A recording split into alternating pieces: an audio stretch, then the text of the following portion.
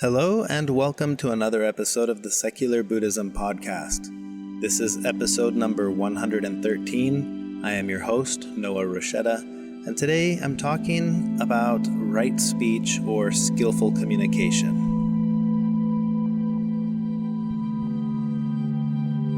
As always, keep in mind, you don't need to use what you learned from Buddhism to be a Buddhist.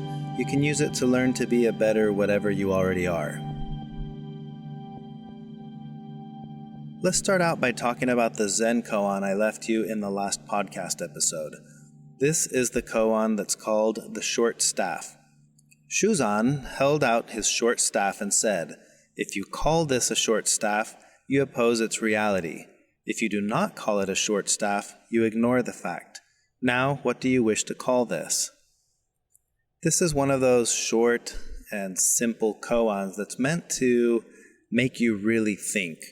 And he brings out what seems like two opposing arguments here. One is that if you do call it a short staff, you're opposing the reality of what it is.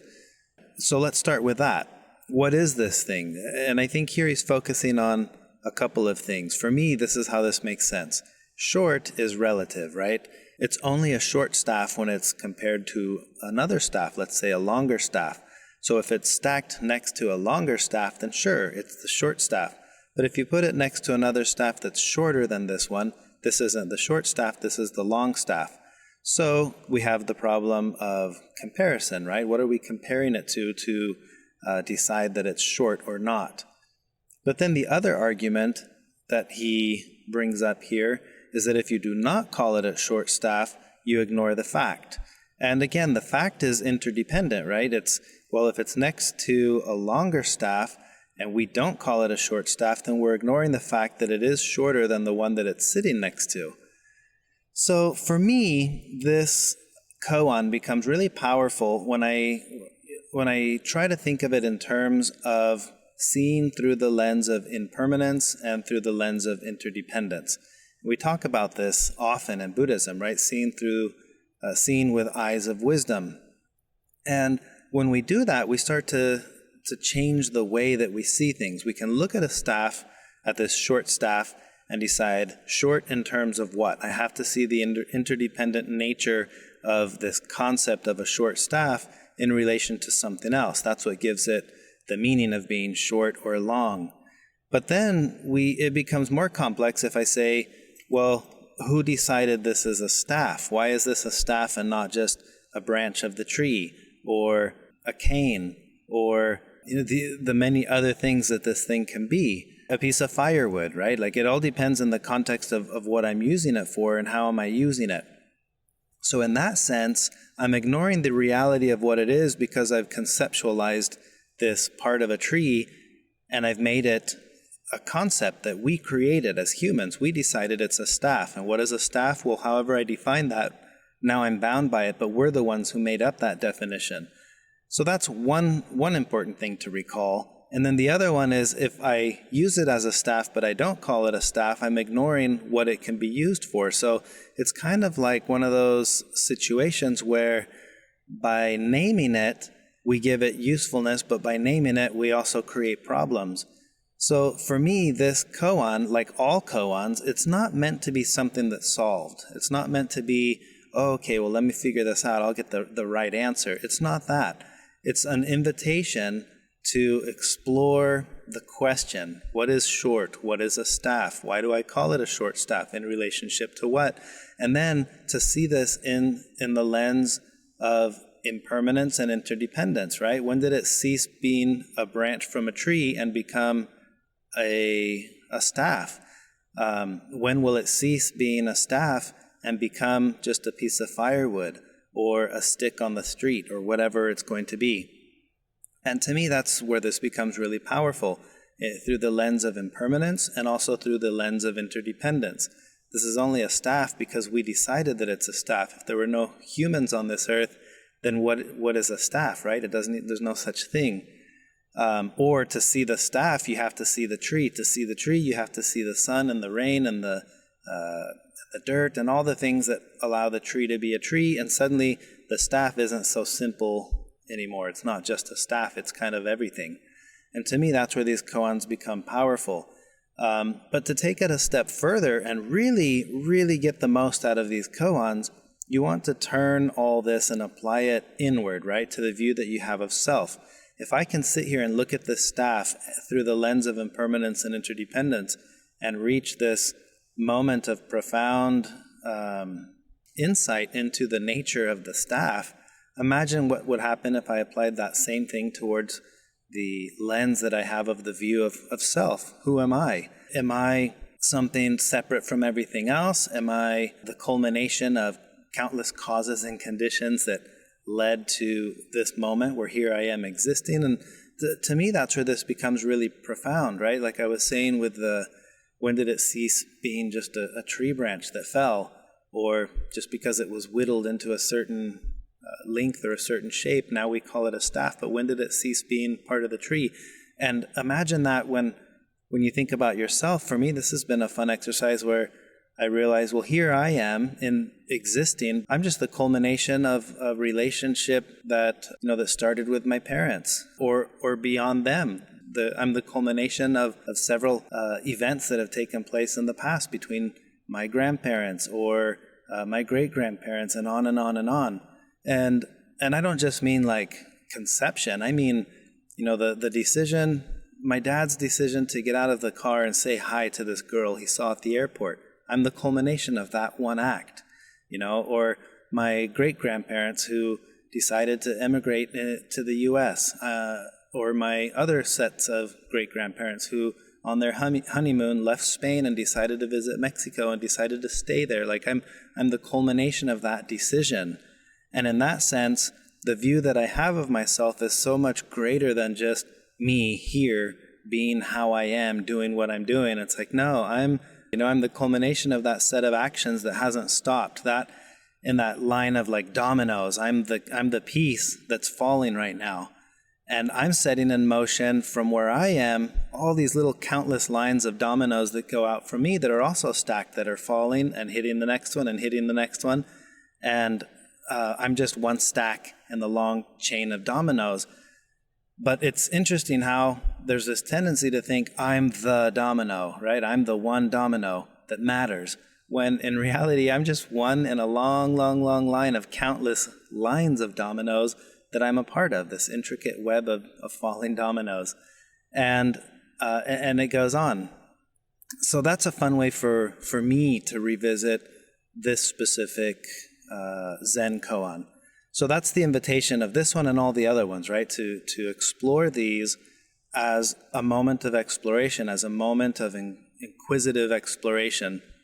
The point of the koan isn't to solve it. And I think the beauty of the koan isn't in finding the answer. The beauty of the koan is in exploring the koan itself. And I think if we can approach these with that mentality of, I don't care to solve this, it's not about solving it. In fact, I don't even need to solve it. Then the koan is open to just be explored with curiosity. And in that exploration with curiosity, incredible moments of insight can arise. That's how we want to explore these koans. And those are my thoughts on this specific one about short staff, the short staff. So the topic of the podcast episode I want to discuss today has to do with the Eightfold Path, specifically the topic of right speech, or what I like to call it skillful communication. So in Buddhism, we talk about the Eightfold Path, and this consists of 8 practices. There's right understanding, right intent, right speech, right action, right livelihood, right effort, right mindfulness, and right concentration. And I talk about this in several podcast episodes. Episode 83, for example, the Eightfold Path, I'm pretty sure in that one I talk about it. And I mention how I prefer the use of the word skillful or wise rather than right. Because when we think of right, we usually think of it in terms of right versus wrong. And this is a little bit more along the lines of skillful versus non-skillful. So today specifically, I want to address one part of the path, which is right speech, or we'll call it skillful speech or skillful communication. And communication, as you know, it's a two-way street. We can, when we communicate with someone, we're listening to what someone else is saying, or we're communicating what we're hoping to get across. And communication always takes place like that between two people. We can learn to improve our skillfulness in communicating by, one, changing the way that we listen. And this is something I talk about in episode 86, listening to understand. And that's one part of communication, is listening. But the other part has to do with improving how we communicate. In other words, how we speak. And that's what I want to address today in this specific podcast episode. So the way we communicate with ourselves and others, it's an essential part of creating a peaceful and harmonious life, which is what we're all after, right? We want a content, peaceful, harmonious life, and communication is a huge part of that, because we're social creatures, and communication is perhaps the most important part of our human relations. So in this sense, when we think about right speech or wise speech, it's often referred to as communicating with others in a way that doesn't cause harm. And yes, that includes any form of communication, whether it's writing, speaking, texting, emailing, and even how we communicate on Facebook. So lying, gossiping, and insulting others is very obviously not wise speech. It's just not wise. But neither are things like compliments that you don't mean, promises that you don't intend to keep, or just sucking up to someone because you want to impress them. So with wise speech, we consider why and how we say something as much as what we actually say. And I think this is what I wanted to emphasize, because often we think about wise speech in the context of what should I say or what should I not say, and we don't focus so much on the why am I saying this or how am I communicating this. So consider the difference between constructive criticism versus destructive criticism. One may be hard to hear, but the goal is to help you become better at what you're doing. So a coach, for example, may give you constructive criticism and it's hard to hear, but at the end of the day, it's a beneficial thing. And the latter, destructive criticism, that's intended only to cause pain. I'm going to say this because I know that this is going to hurt you. And wise speech doesn't always have to be pleasant. It's not about being nice, and it's certainly not about withholding ideas out of fear that someone might disagree, but it should be about trying to be sincere and genuine in what we're trying to convey. I recently came across a communication worksheet that's used in the Big Life Journal. And just as a quick side note, if you have kids, you need to check out biglifejournal.com. They have a lot of exercises and worksheets that you can download that help you to convey big topics, big ideas to your children. And I found that they've been very beneficial just in communicating in my own marriage and in understanding myself and a bunch of other things. So check out Big Life Journal. But this specific worksheet I was working with had a tool to help teach communication styles to children. So we had a little family lesson about it a few weeks ago, and I think it would be beneficial to share this here on the podcast. This will benefit anyone who communicates, whether it's in marriages, in your family dynamics between parents and children, between siblings, or just at work with coworkers. Anyone will benefit greatly from understanding some common communication styles. So consider the three following communication styles in terms of this concept of wise speech. So first we have passive communication. And this is a common communication style found among people who tend to avoid conflict. This is almost 100% my style of communicating. And passive communicators may we may have the tendency to say whatever we feel needs to be said in order to keep things in peace and harmony. And it may lead to things like resentment or misconceptions in communication because the message that we intend to communicate may not be clear. Passive communicators tend to build things up and then shift over time to passive-aggressive or even explosive communication styles once that limit has been reached. And that's kind of how I feel my default mode of communication is. It's very passive. I tend to avoid conflict. And when you're paired with someone who has an aggressive style of communication, in this case, I have family members that are aggressive. I have my own spouse communicates in a much more aggressive style of communication. And that can cause conflict with a passive communicator because I won't say what I want to say. So this is why this topic hits home for me.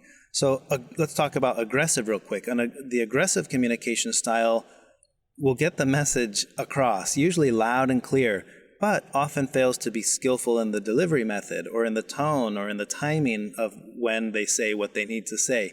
It's kind of like the bull in the china shop approach. It's like, okay, bull, we got the message that you wanted to get out, but you broke a lot of stuff in the process, and that wasn't pleasant.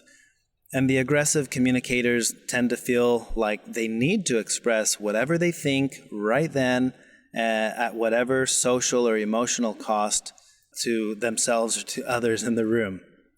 And I want to emphasize this. There's nothing inherently bad or wrong with either of those styles, but they're not the most skillful way to communicate. All of us are probably in one or sometimes both of those communication styles, depending on what mood we're in, on whether or not we've had our breakfast, depending on what life circumstances we're experiencing at any given moment in our lives. You've probably found yourself to be in one or the other of those two camps, or maybe at times in both. But there's a third communication style, and this is what was talked about in that worksheet that I really enjoyed, and this is the style of communication that is much more skillful, and it's called assertive communication. So the assertive communicator knows what they want to communicate, but also knows how and why and when the communication should be expressed. So it's a form of skillful communication, and it takes a lot of introspection and self-analysis to become skilled in this communication style, because I don't think it's a natural way of communicating. We have to practice it. And I like this one the most because it puts the responsibility of communicating skillfully on me, the communicator, and not on anyone else. Because sometimes it's easy to get caught in this way of thinking of, well, I'm expressing my communication to you, why are you not getting it? And when we think that way, it's like, well, that puts all the responsibility on the one thing we can't control, which is what someone else hears. But this puts a little bit more of the emphasis back on me, which says if you're not getting what I'm trying to say, then it's on me to try to rephrase it or say it a different way. And that's been especially helpful in my own marriage and in the way that I communicate with my wife. And I'll get into that in a little bit. Essentially, this requires me to get to know myself and also to know who I'm communicating with so that I can develop the most skillful approach, whether I'm talking to my mom, or whether I'm talking to my dad, or whether I'm talking to my wife, or whether I'm talking to my twin brother, or whoever it is I'm talking to. Same with my children, right? Each one of them has a different communication style, so how I communicate with each one of them may be slightly different too. So one of the effective ways that we learn to practice this style of assertive communication is to use what are called I messages. And that follows a simple formula. I want to share it with you. So the I message essentially says, I feel, and then you insert the emotion there, when you, and then you insert the behavior, and then the request. I would like you to, and you insert the request. So I'm going to repeat that. I feel, insert emotion, when you, insert behavior, I would like you to, insert request. So I'm going to give you an example of how this is used. Let's say I'm at home, and I'm thinking just off the top of my head, let's say, I don't know, the kids come home and they are throwing all their stuff around and making a mess. So an aggressive communicator could say, hey, pick up your crap, throw it all, don't put it here, blah, blah, blah, and you'll get the message across, but it may hurt the feelings of the one child that's passive. It may immediately cause the aggressive child to want to put up their wall and defenses and butt heads with me, like lock horns. It may not be the most effective way to communicate. So consider the iMessage format here. I would say, kids, I feel stressed out when you guys come home and throw your stuff around because I've been cleaning the house all day. I would like it if you came home and you put your bags where they're supposed to go.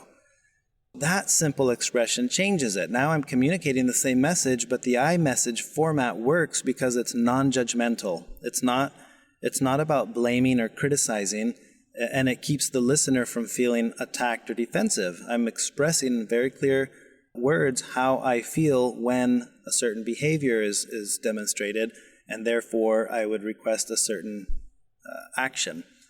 And when we're communicating with people who have different views or beliefs than our own, which to some degree, let's be honest, that's everyone we know, we often struggle to communicate our deep emotional needs for fear of offending each other. And then we end up communicating our needs in non-skillful ways, like passive communication or aggressive communication, or even worse, passive-aggressive communication. These ways of communicating end up doing more harm than good. So understanding this way of skillful communication or wise speech, we can become more assertive in our communication style that allows us to feel like we've been heard and allows us to be better at hearing and understanding what's being said. So that's what I wanted to share in terms of the communication style. For me, this has been a really powerful shift in changing the way that I express myself. As a passive communicator who's often trying to communicate important messages to an aggressive communicator, it can be really tricky. I don't like to feel attacked. I don't like to feel belittled in my communication styles. So I have to be skillful in how I communicate. And this formula has been truly life-changing in the way that I communicate in my relationship with my wife, but also in terms of communication with other deep things like tricky subjects at work with coworkers or with clients or with a boss, or having to let go of an employee, or whatever the scenario is that could be tricky. I think of it for a long time in terms of how can I skillfully communicate what needs to be communicated here, and then the communication comes across, and it's often significantly more skillful that way than it would have been had I just gone with my default mode, which in my case is passive, or in a default mode that's aggressive because I'm tired of being a passive, so now it comes across aggressive. So again, this is just something to think about in terms of the way that you communicate. Can you be more skillful? This is not dissing on people who are passive communicators like me. This is certainly not dissing on people who are aggressive communicators like my wife. You just tend to have a default style, and that's kind of what you learned. It's either genetic or life circumstances made you learn to communicate a certain way, and that's been your default way of communicating. So this is about taking that, not necessarily changing it, but understanding, okay, this is my default way of communicating. How can I be more skillful with it? And that's been really helpful for me. Understanding my default tends to be passive, which can often lead to passive-aggressive. So what can I do to be more skillful in how I communicate? That's what I want to end this podcast episode on. I want to invite you to try to be more skillful in your communication style. And again, this is one of the spokes on the path of living the eightfold path that we talk about and practice in Buddhism. It's an area of your life that you can actually practice and become more skillful at. And I find that fascinating because, again, all of these teachings, this isn't about the right way versus the wrong way. This is about saying, can I be a better whatever I already am? And I'm already communicating with people every single day. Can I be better at that? Well, the Eightfold Path presents me with, well, in this one area of life called communication, yeah, you can be better. But it's about getting to know yourself and getting to know your audience, the people that you're communicating with. And that, for me, is a fascinating thing. As we approach the end of this podcast episode, I want to remind you I've been sharing these Zen koans at the end, and I want to continue doing that. But I'm going to leave that for the very end. So this topic of right speech, that's all I have for this podcast episode. And I want to thank you for listening, for being a part of the journey with me. And I want to invite you again to support the work that I'm doing with the podcast and consider becoming a patron and joining the online community. I announced this last week, and it's been incredible in this 1 week having the ability to discuss the koan with podcast listeners, discussing the podcast episode, doing some Q&A sessions, and even starting a weekly study group has been a really fun new way to communicate with podcast listeners and specifically people who are supporting the podcast. So if you're interested in that and having a sense of community, people that you can talk to about these specific topics, if you want to get on there and talk about this new koan I'm about to present you, You can learn more by visiting secularbuddhism.com. You'll see the link there to join the community or to support the podcast. As always, if you enjoyed this podcast episode, feel free to share it with others, write a review, give it a rating in iTunes. And that's all I have for now. But before I let you go, here is your Zen koan to work with for this week. The title of this koan is called No Cold and Heat. A monk asked Tozan, "How can we escape the cold and heat?" Tozan replied, "Why not go where there is no cold and heat?" "Is there such a place?" the monk asked. Tozan commented, "When cold, be thoroughly cold. When hot, be hot through and through." That's all I have for this week. Thank you for listening. Until next time.